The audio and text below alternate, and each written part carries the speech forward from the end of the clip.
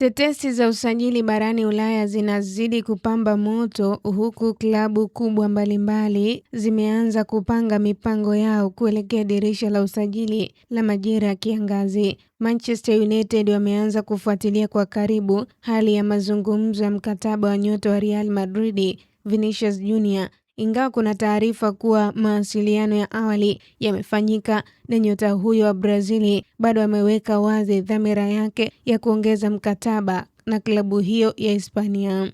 Katika harakati za kuimarisha safu ya ushambuliaji, Manchester United wamepata nguvu mpya katika mbio za kumsajili Rafael Leao baada ya nyota huyo kuonyesha wazi nia ya kuondoka AC Milan. Hata hivyo, ushindani ni mkubwa, kwani Chelsea na Liverpool pia wanapambana kuwania saini yake. Kwa upande mwingine, tetesi za kushangaza zimeibuka zikidai kuwa Chelsea wako tayari kufanya biashara ya kumpeleka Enzo Fernandez kwenda Real Madrid kwa dola euro milioni 20 pamoja na kiungo Federico Valverde, huku Paris Saint-Germain wakionyesha nia ya kumsajili.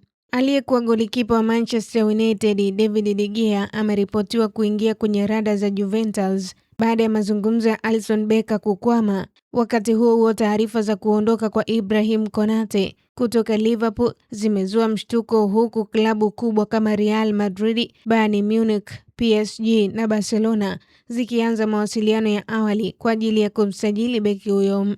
Kwa upande wa Arsenal, kuna taarifa kuwa Real Madrid wanamfuatilia kwa karibu kiungo wao mahiri Declan Rice, huku mawakala wake wakiwa kwenye mazungumzo ya kuongeza mkataba mpya ambapo unaweza kumfanya kuwa mchezaji anayelipwa zaidi klabuni hapo. Aidha, kocha Mikel Arteta anataka kuongeza mshambuliaji na jina la Igor Thiago wa Brentford limeanza kutajwa kama lengo muhimu msimu huu.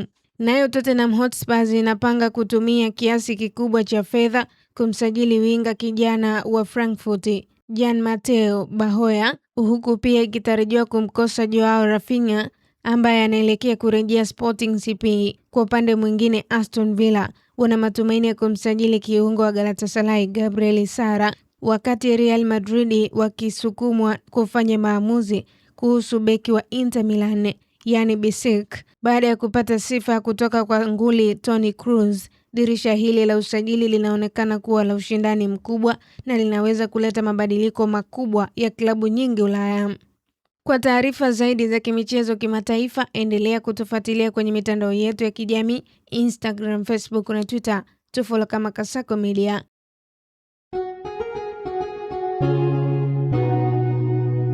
Kasako Media, tunaangazia maisha, tunaandika kesho.